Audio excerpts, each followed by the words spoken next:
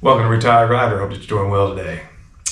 Well, it's that time of year again. Falling leaves, blowing winds, cold air rushing in. Pretty soon we'll have the snow falling, ice on the road. Cold winds are blowing with temps in the 20s and teens and maybe below zero. Who knows? But unfortunately, it's that time of year. The only positive about this time of year is the holidays. If you enjoy the holidays, some people do, some people don't. But at least we have that to look forward to. Being with family and friends and all that great stuff. But my reason for this video is to ask you, what do you do about this thing behind you, behind me, for the wintertime? Do you do anything special? Do you cover it while it's sitting in the garage? Do you keep it on a battery tender? Do you put it on a jack stand and lift everything lifted up off its feet or its tires? Do you do anything special? Me, all I do is put them on a battery tender and let them sit. Some people start them up every couple of weeks and let them run, which I used to do that, but that's not a good idea. I wouldn't recommend doing that. You don't get all the condensation out, and unless you're going to ride it for 20 minutes, 20, 30 minutes, it's really not worth doing that. You're better off just filling the tank up with gas, put it on a battery tender. You could cover it up if it's in your garage, whatever, and just let it sit. Me, fortunately, I have a heated garage, so we ain't got to worry about them getting cold. I'm taking the battery out, bringing it into the house, and all that good stuff. Some people do that, but there's no need to do that here. We got the plug right there. We put the battery tender on it and let it sit until we want to ride it. Sometimes you get lucky in the wintertime, and you get a 55-degree day, and you can out and ride you go. Like last winter, I think I rode the day after Christmas, actually.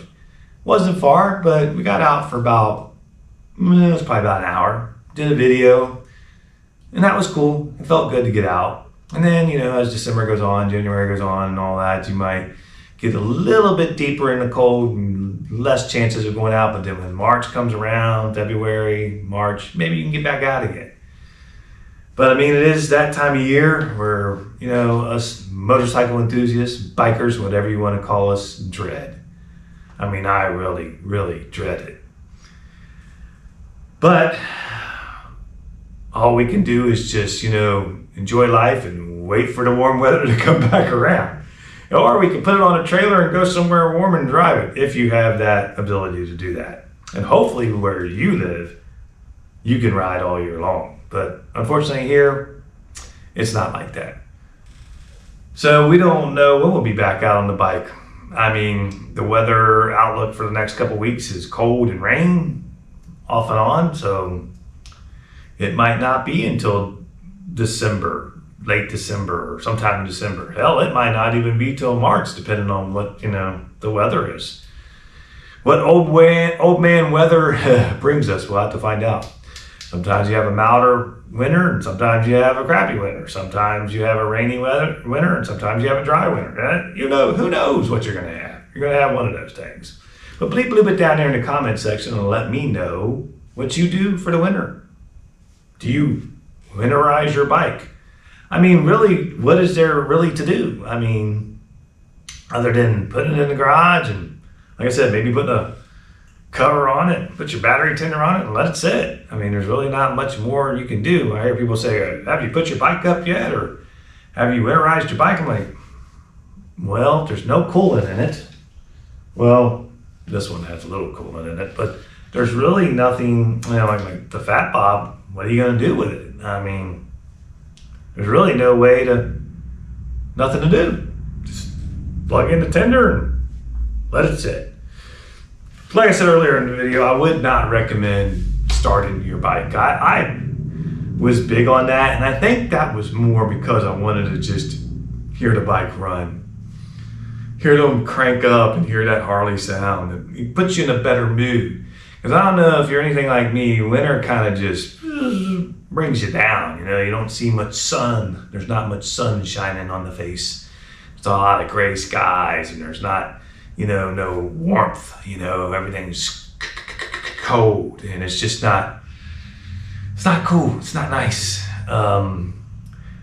That being said, we can't be negative. I mean, it is what it is. If you live in a part of the country where you have your spring, winter, fall, and it is what it is. And I enjoy spring, and I enjoy summer, and I enjoy fall, but I don't enjoy winter at all. I can't stand it. I wish I could move somewhere deep down in Florida or somewhere where it stays warm all year round. That would make me a very happy man. But at this moment, that's not a reality, and it is what it is. Here we are. So we're about, I think next week is Thanksgiving. So, before you know it, spring will be rolling around again, and you'll be rocking and rolling down the road. But that being said, we don't want to wish life along too fast. Because, if you wish life along and you're back in the summer, next thing you know, you're just eating up the years. And you don't want to do that. So, guess we got to find some pleasure in the winter. I mean, there's always YouTube, making videos, uploading videos. That's fun. It gives you something to do, doing live streams, things like that. Look for live streams on this channel a lot this winter because that's what we'll be doing, messing around in the garage.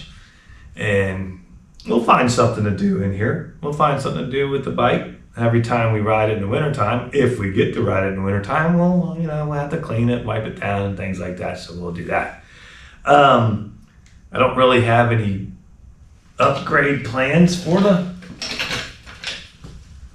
Road Glide. I mean, pretty much it's got everything it needs. Only thing I really could do would be handlebars, and I really don't think the handlebars are all that bad. Some people think they're ugly, but they sit really well, and I don't have any neck issues or shoulder issues when I ride it, so I think we'll just leave that alone. And who wants to spend the money anyway? Of course, I wouldn't be allowed to spend it even if I wanted to.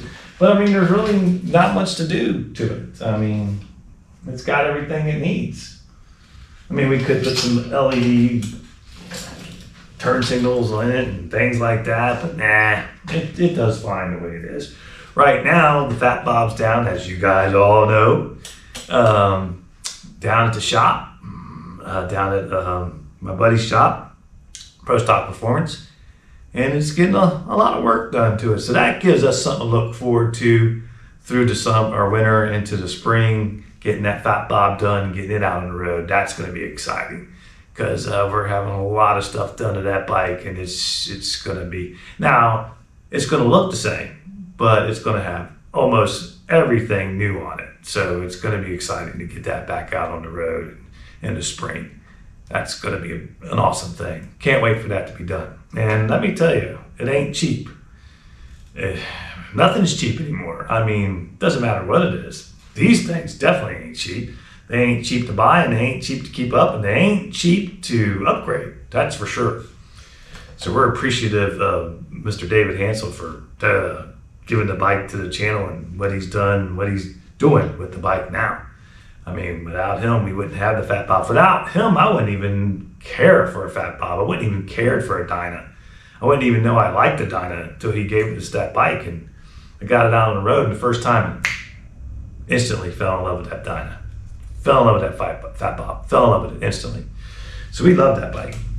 And it's just a fun bike to ride. It's easy to ride. It's not heavy. It's just, if you want to get out on a 2-hour ride, hit the back roads and just enjoy yourself with a one-seater and just go have fun and leave everything behind, let the stress roll off your back. They're all good for that, but that Fat Bob is just something special. Something special about that bike. I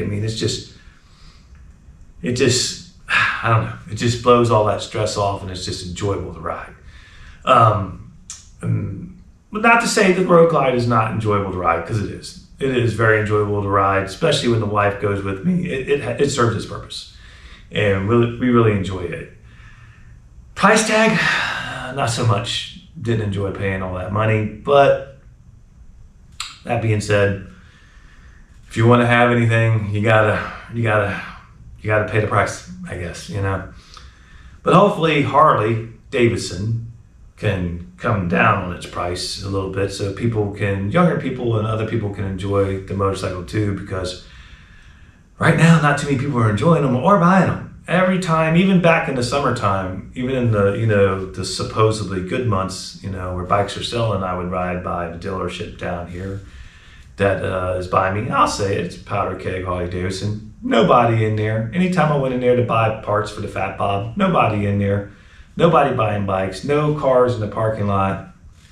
Just not good. Not good. So hopefully, with this new CEO with Harley Davidson, they can turn things around and get people back in the dealership. Get people back buying these bikes and bring some enthusiasm back. We'll see. We'll see what happens with that.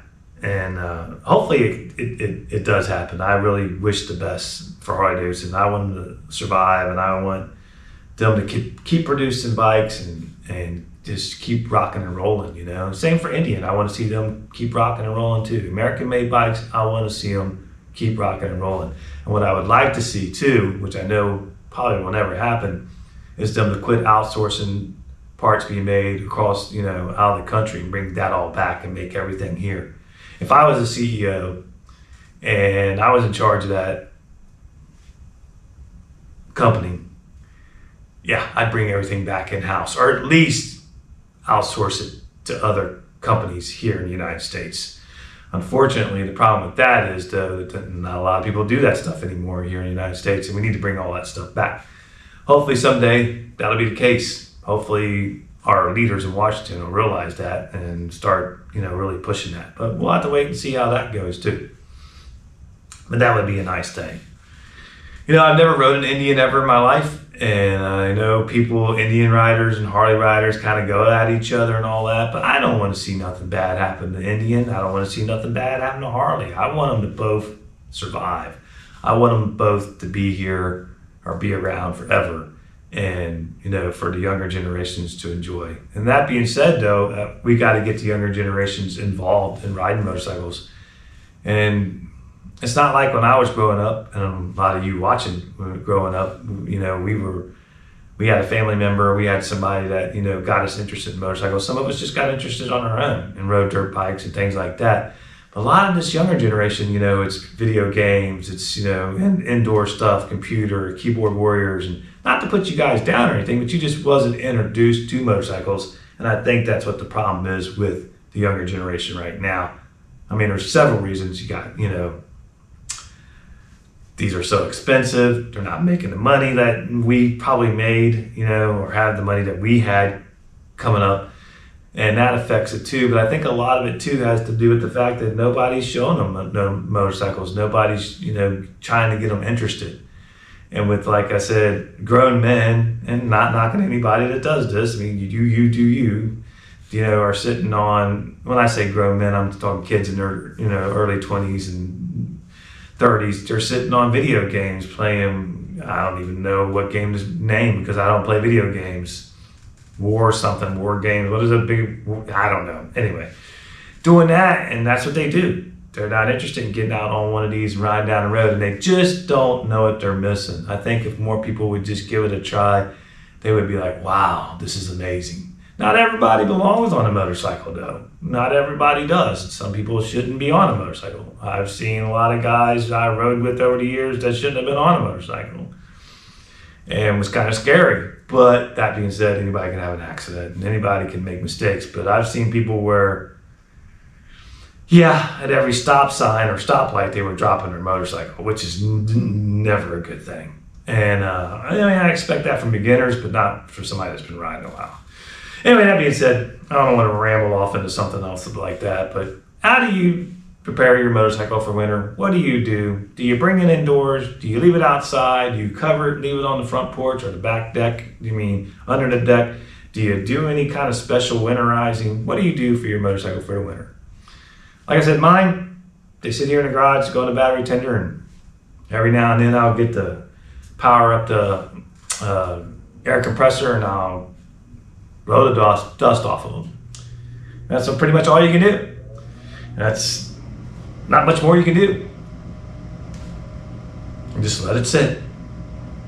And come out and look at them every now and then, give you a good warm fuzzy feeling inside. Anyway, with that being said, thank you guys for coming along on this video. Appreciate you, every one of you. Like, subscribe, share, hit the notification bell, let you know when I'm going live or uploading a video.